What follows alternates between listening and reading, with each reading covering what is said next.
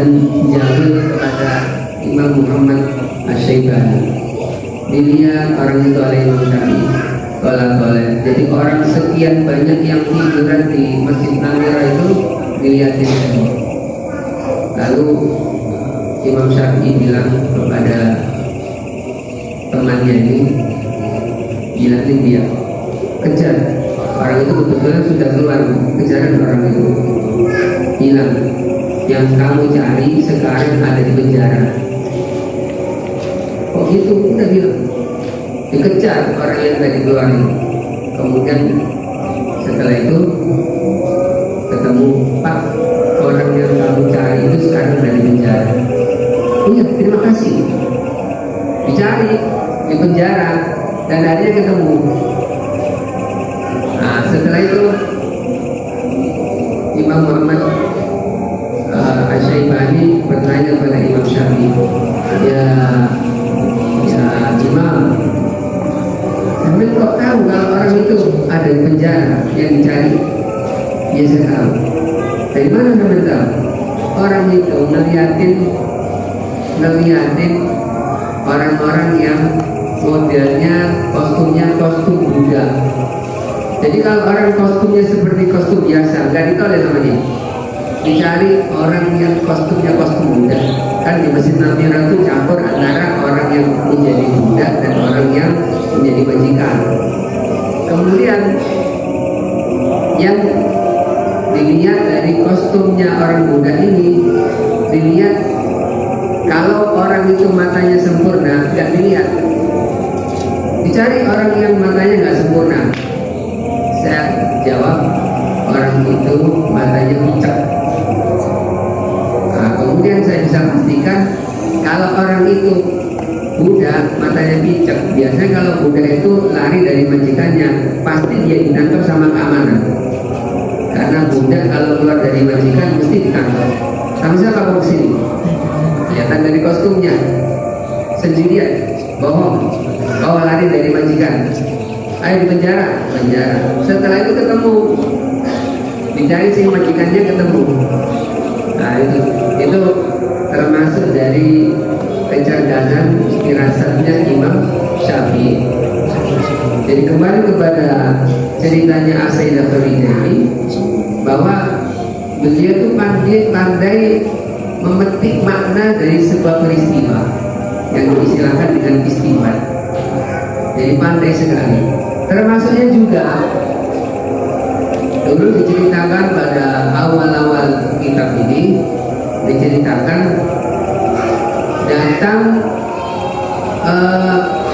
seorang rohib pendeta Yahudi datang ke Mekah. Orang ini langsung berteriak di antara wanita-wanita Quraisy dan berkata, wahai wanita-wanita Quraisy, nanti suatu saat kalian akan didatangi oleh Nabi akhir zaman. Maka beruntunglah kalian kalau menjadi suaminya, menjadi istrinya. Kemudian wanita Quraisy ini mencemooh kepada pendeta ini di Ilo-Ilo. Mereka kan nggak percaya ada Nabi, nggak percaya. Diolok-olok ini pendeta ini. Kecuali satu wanita yang nggak olok-olok. Sampai itu Sayyidah Khadijah tidak diolok-olok. Sama Siti Khadijah langsung direkam omongan dari pendeta yang begini. Karena apa? Karena berita tentang Nabi Muhammad ini tidak ada kecuali kalau tidak di Taurat, ya Injil. Dan orang-orang itu kan tidak berani ngomong sembarangan. Ini akan terjadi padahal tidak terjadi.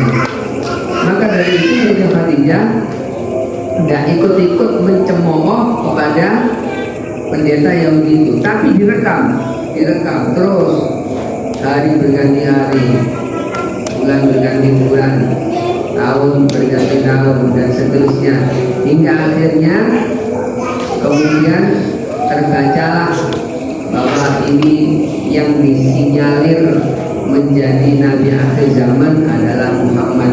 Maka setelah itu baru Siti Khadijah mencari-cari cara supaya lebih mengerti tentang keadaan Muhammad SAW. Kemudian diberilah barang dagangan, kemudian dijanjikan dengan gaji yang lebih besar daripada kalau beliau memperkerjakan orang lain. Kemudian mencari-cari tahu juga bagaimana keadaan Muhammad ketika dalam perjalanan. Siti Khadijah punya budak namanya Maisarah. Ya Maisarah, kamu saya pesenin nanti kalau kamu datang apa saja yang bersangkutan dengan Muhammad SAW, kamu rekam, ceritakan saya nanti. Lalu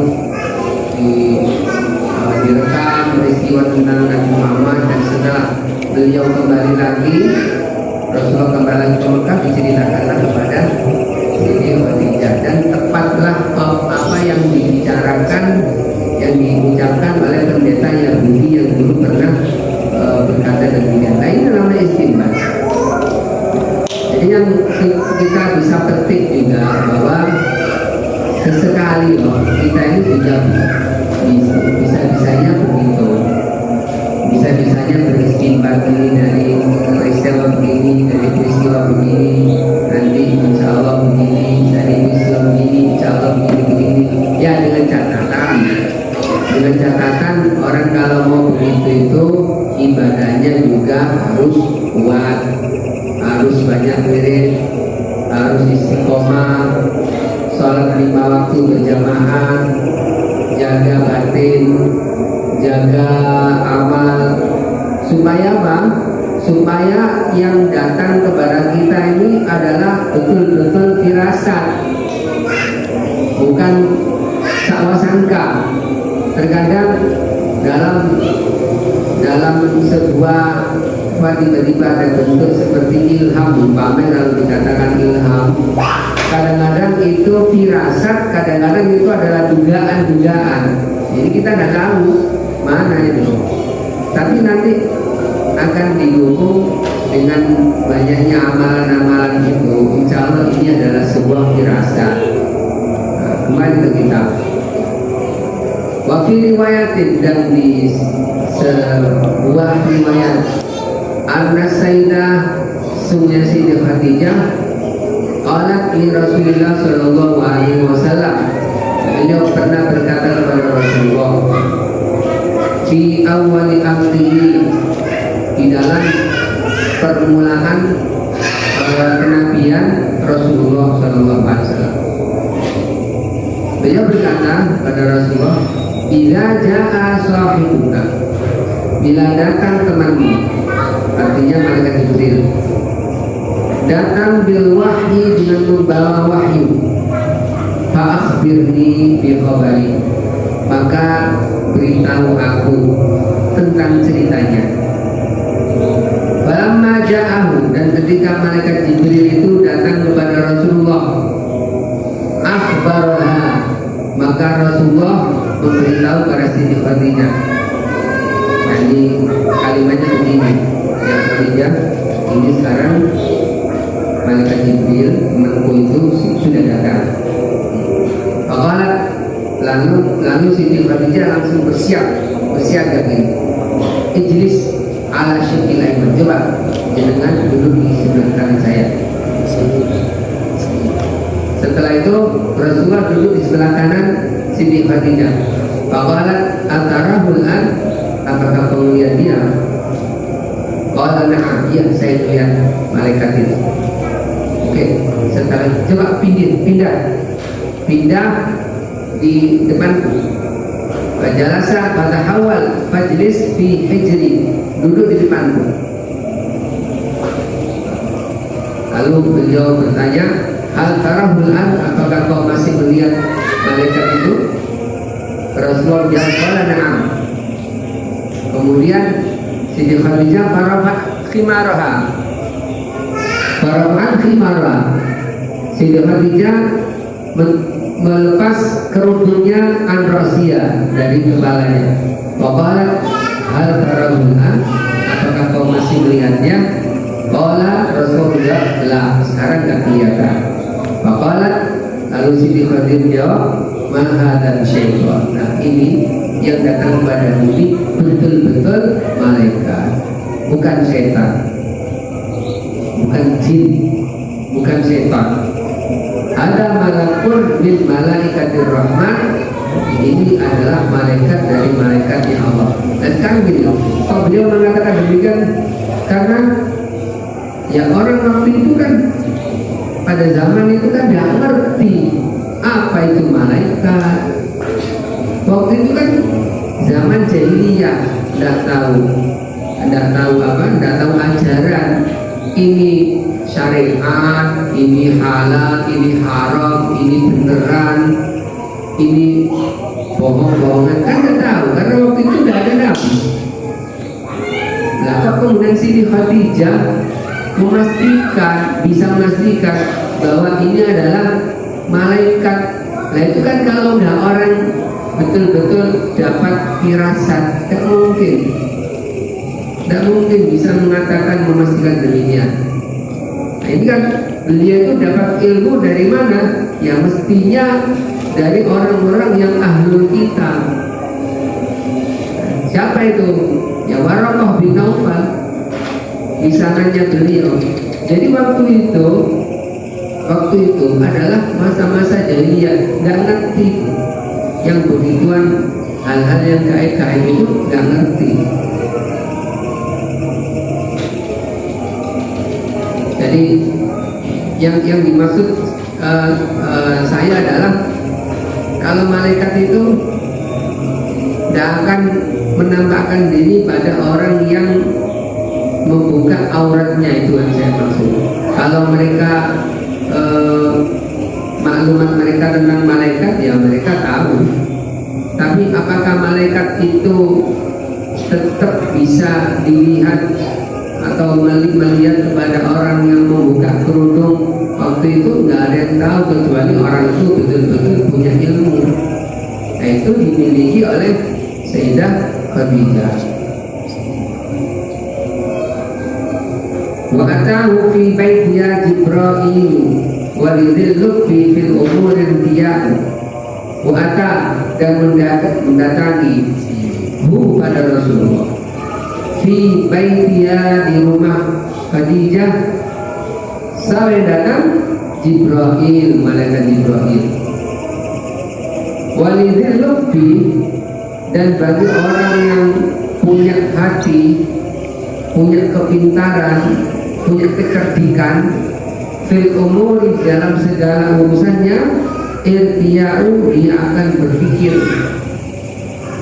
Jadi setiap orang yang pintar, setiap orang yang cerdas, dalam melakukan segala hal mesti dipikir dulu. Ini bagaimana ini kira-kira menguntungkan atau tidak, atau bahkan merugikan. Semua dipikir. Nah, orang kalau pintar itu begitu. Fa'amatat, maka dengan kepintaran Sayyidah Khadijah, fa'amatat, maka beliau melepaskan atau menyingkirkan anha, dari Siti Khadijah, al-khimar, yaitu kerudung. Apa tujuannya? Bitadriya, untuk memastikan ahwal wahyu ahwal ilma'u, apakah yang datang itu adalah pembawa wahyu atau al-ilma'u, atau adalah pingsan.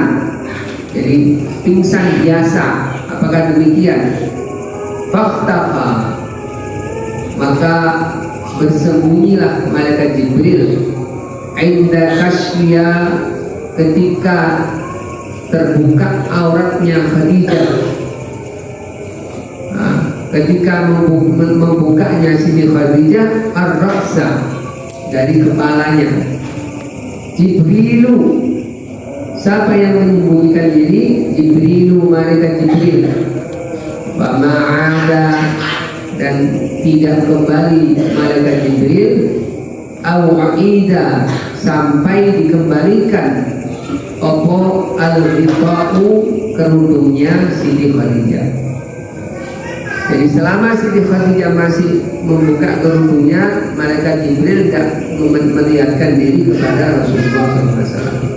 Jadi Siti Khadijah tidak melihat malaikat Jibril. Yang melihat malaikat Jibril itu adalah Rasulullah SAW. Bahkan Siti Khadijah taf'alu dzalika, melakukan hal tersebut, yakni melepas kerudung, karena ihtiyatan lidiniha, usaha berhati-hati dalam agama, wa ziyadatan fi yaqiniha, dan menjadi tambahan keyakinannya.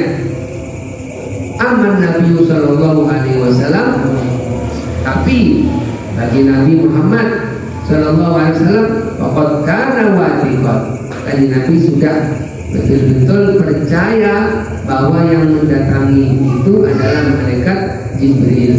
Bidzalika kitab, dengan pembicaraan yang sudah lewat, yaitu lafaz Iqra bismi rabbikal ladzi khalaq.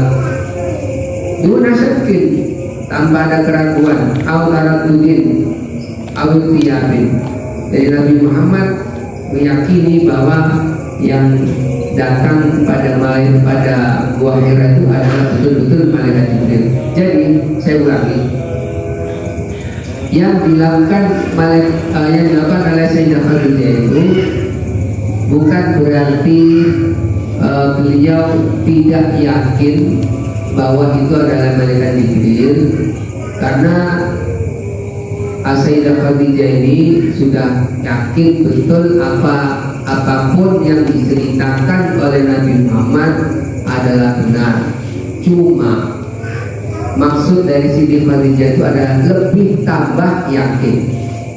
Kayak malaikat Jibril, kayak Nabi Ibrahim, hari ini kaifa tuhyil mauta, kan gitu.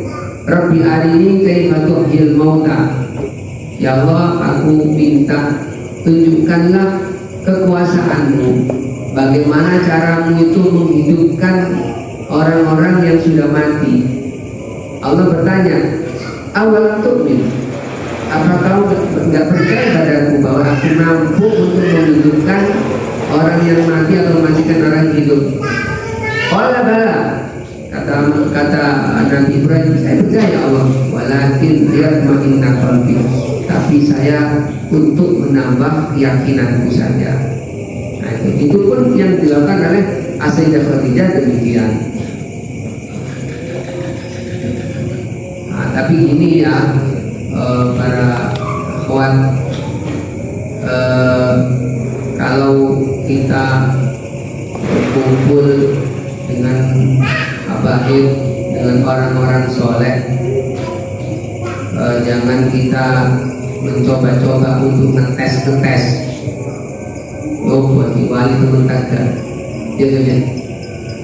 Biasanya ya kalau orang ngetes itu ada kalanya hasilnya betulan tapi dianggap bohong. Ada kalanya dia nggak percaya sama sekali. Jadi hati-hati, jangan sampai kita kalau berkawan, bertemu, berkumpul dengan orang-orang soal itu, kita lihat untuk ngetes, ini benar nggak, ini benar nggak. Karena Allah Ta'ala itu kalau sudah menampakkan kelebihan, keajaiban kepada orang soleh, sudah minta terus dikasih, sih gak percaya, ini nanti akan menjadi bumerang kepada orang-orang yang meminta itu.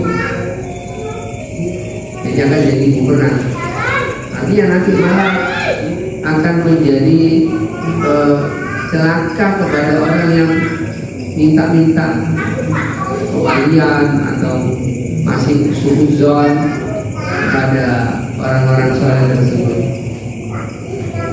Karena kalau kita berkumpul sama orang-orang yang soleh, kita jangan jangan mengandalkan akal, andalkanlah keyakinan kita, husnudzon kita.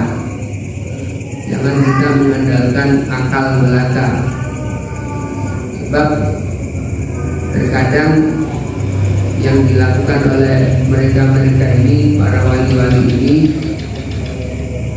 ya, nyalain dari aturan, tapi kita nggak tahu di balik pekerjaan atau amalan yang dilakukan oleh wali ini ada sesuatu yang kita tidak tahu. Lalu kemudian hati kita ingkar. Nah, kita salahnya di dalam ingkar ini, mengingkari. Banyak peristiwa-peristiwanya. Jadi kayak apa ya?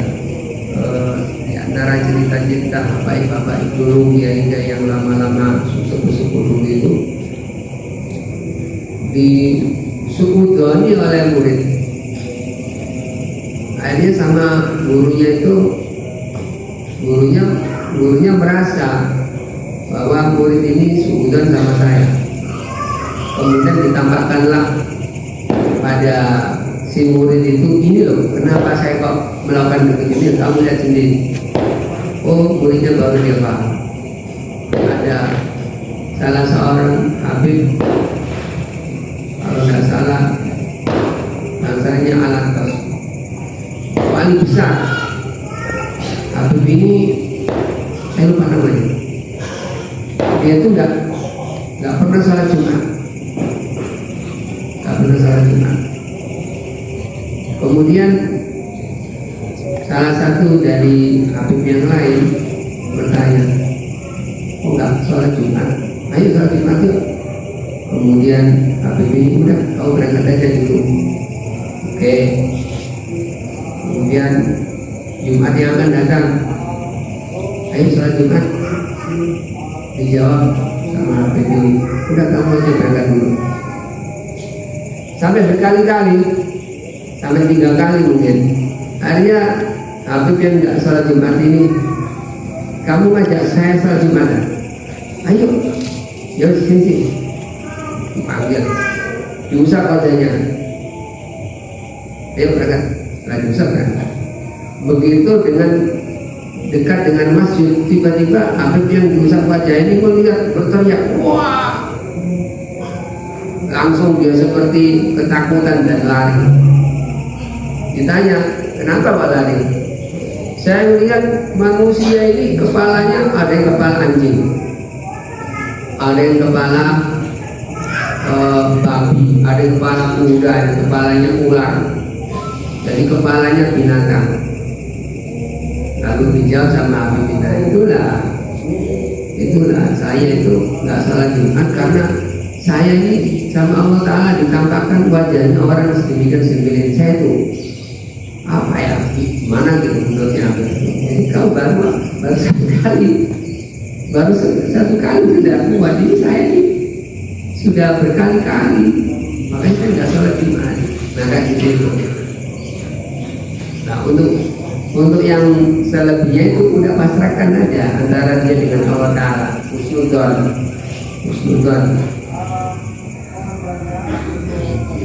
Terutama pada guru, ya, karena kalau suudzon sama habaib, suudzon sama guru itu nanti akan pengaruh kepada ilmu seseorang. Jadi bisa-bisa orang itu nanti di hari-hari yang akan datang, hari-harinya itu jadi sengsara terus. Karena selalu tidak cocok sama yang dilakukan atau yang ditunjukkan kepada gurunya. Kembali ke kitab. Wa fi tilkal lahdah al-karimah sa'idatid dunya bil risalah al-azimah. Oh iya, ada syair yang bagus. Katanya begini, ada syair mengatakan,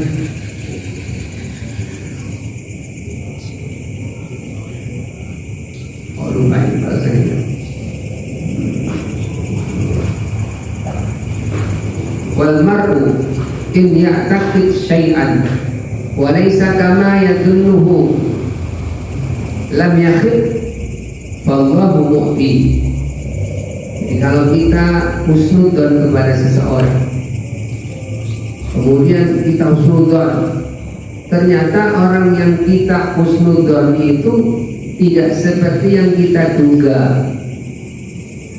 ya, Allah Ta'ala lam yukhib, nggak akan mengecewakan dengan husnudzon ini. Wallahu mu'tihi, maka Allah akan memberikan dia pahala untuk dia. Jadi saya meyakini bahwa si fulan ini adalah orang yang dekat kepada Allah, sudah saya yakini. Kemudian dengar-dengar ternyata dia nggak seperti yang saya yakini. Nah, ini Allah tidak akan mengecewakan saya. Lam yakhib wallahu mu'tihi, saya akan mendapatkan ganjaran dari husnudzon saya. Walaysa yanfa'u qutbuz zamani dakhalalin idza lam ya'taqid wala man yuwalihi. Jadi kalau orang yang tidak meyakini kepada seseorang, artinya meremehkan atau menganggap biasa, ya, kepada orang yang terkenal wali. Jadi ada orang wali tapi sama dia nggak diyakini. Walaysa yanfa'u qutbuz zamani dakhalalin.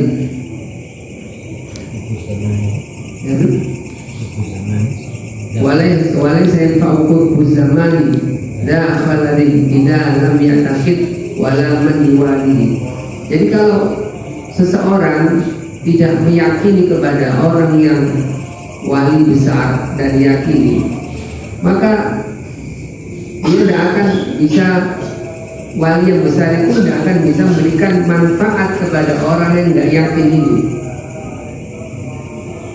Ya, umpama ada wali besar dianggap biasa, maka nanti orang yang menganggap biasa ini dia tidak akan mendapatkan waridat ilahiyah, mendapatkan ilham, mendapatkan ilmu dari wali yang dianggap besar oleh orang-orang ini. Karena apa? Karena salahnya salahnya sendiri. Kenapa dia tidak meyakini?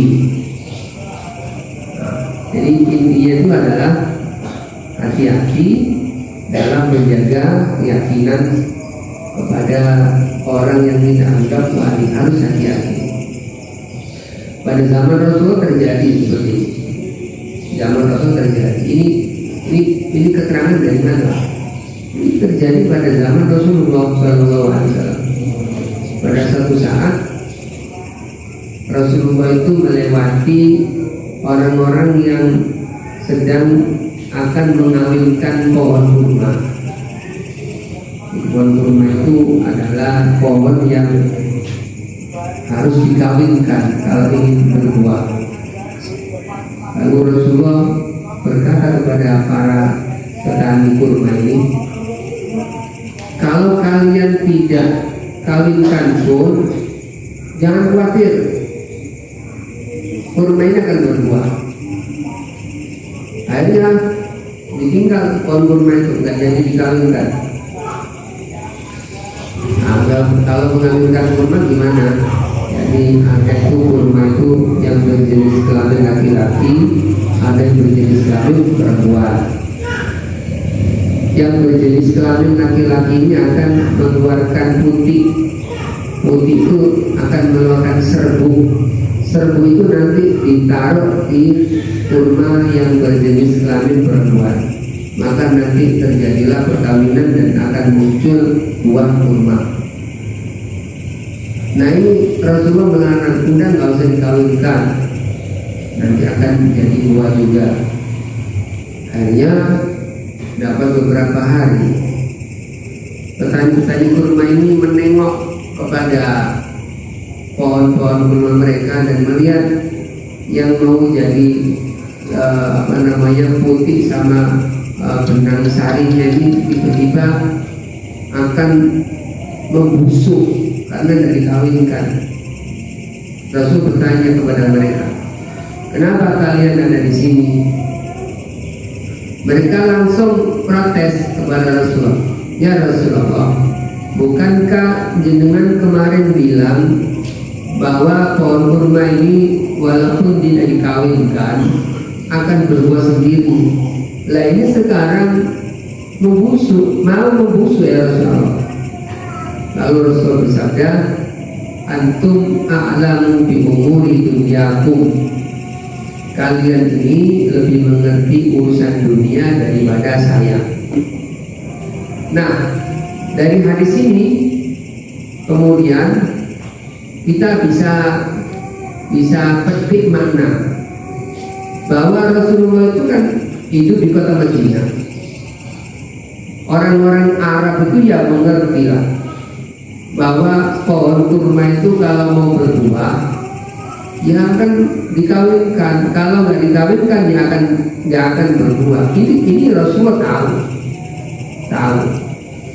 Maka kenapa kalau Rasulullah memerintahkan atau melarang terus gak usah dikawino, engkau betul-betul dewe?